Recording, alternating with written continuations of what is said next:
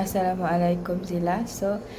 Untuk live kali ini kita akan membincangkan sekiranya kita mendapat 300k ringgit, bagaimana kita gunakan duit itu, sama ada kita duduk rumah sendiri ataupun homestay dan sebagainya.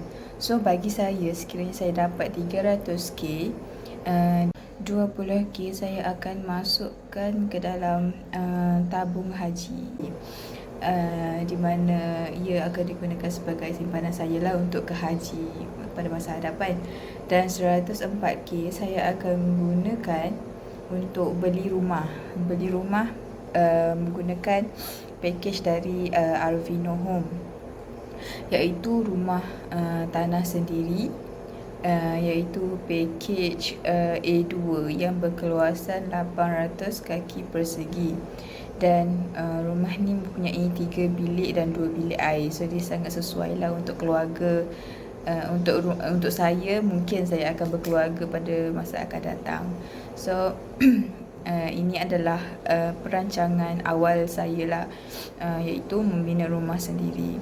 Dan 10k saya akan gunakan untuk interior design rumah tu. So untuk semualah, untuk design-design, untuk hiasan-hiasan, untuk perabot, sofa dan sebagainya. Dan saya akan gunakan 80k untuk beli kereta. Sebab saya rasa kalau kita ada kereta, kita macam mudahlah perjalanan pergi balik kerja kita. Tapi kalau kita seri rumah pun, kita memerlukan juga kereta.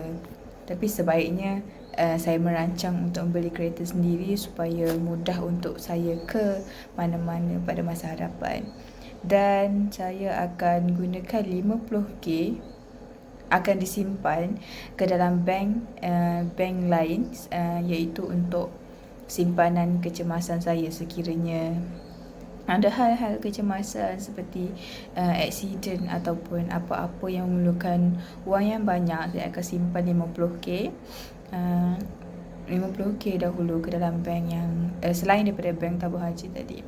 So seterusnya, yang terakhir, iaitu 36k selebihnya saya akan gunakan untuk kegunaan harian dan ataupun keperluan saya. Dan juga boleh juga kita belanja keluarga apa-apa yang mereka perlukan. So saya rasa itu sahaja 300k saya yang saya akan gunakan.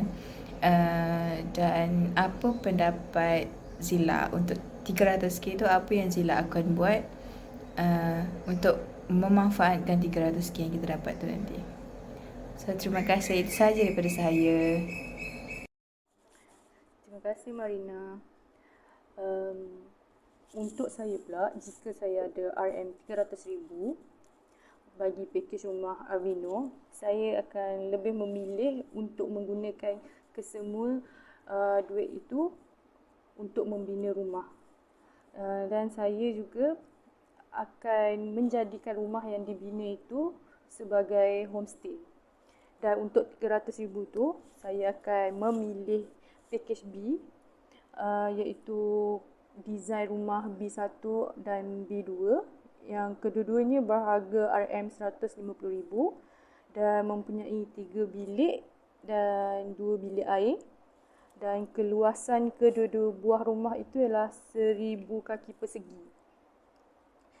Kenapa saya memilih untuk membina rumah daripada package B dan membina 2 buah? Itu kerana saya nak menjadikan rumah tersebut sebagai homestay. Homestay ni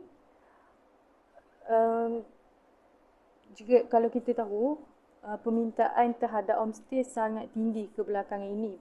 Jadi dengan keadaan ekonomi semasa yang tak menentu, kebanyakan orang yang datang macam bercuti kat satu tempat ataupun diorang ada kerja dekat tempat tu, diorang akan lebih memilih untuk menyewa homestay berbanding dengan duduk dekat hotel.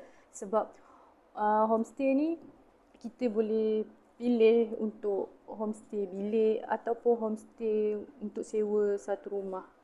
Dan homestay juga dia tak ada banyak peraturan berbanding dengan hotel. Dan Seterusnya, kenapa saya memilih untuk bina homestay berbanding dengan bagi sewa dekat orang?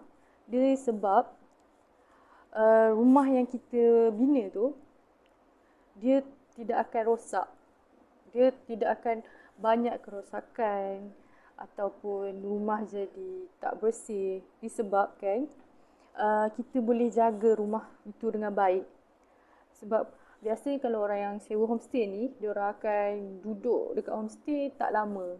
Diorang akan duduk, ada yang 1 malam, ada yang 2 malam. Paling lama pun mungkin diorang akan sewa homestay kita selama seminggu. Jadi kita akan sentiasa dapat pantau keadaan rumah kita tu macam mana.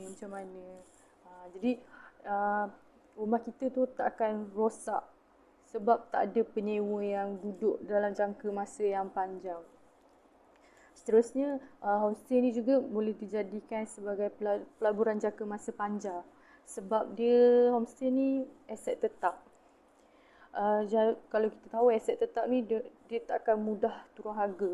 Mungkin hari ni kita buat rumah dengan harga RM150,000. Mungkin masa depan nanti harga rumah tersebut akan naik menjadi RM300,000. Siapa tahu kan masa depan macam mana. Jadi dia akan juga jadi sumber pendapatan tambahan kat kita. Dan macam selain daripada kita kerja hari-hari ni, kita akan dapat pendapatan tambahan. Macam kalau ada orang datang sewa homestay kita, kita akan dapat duit daripada hasil sewa homestay tersebut.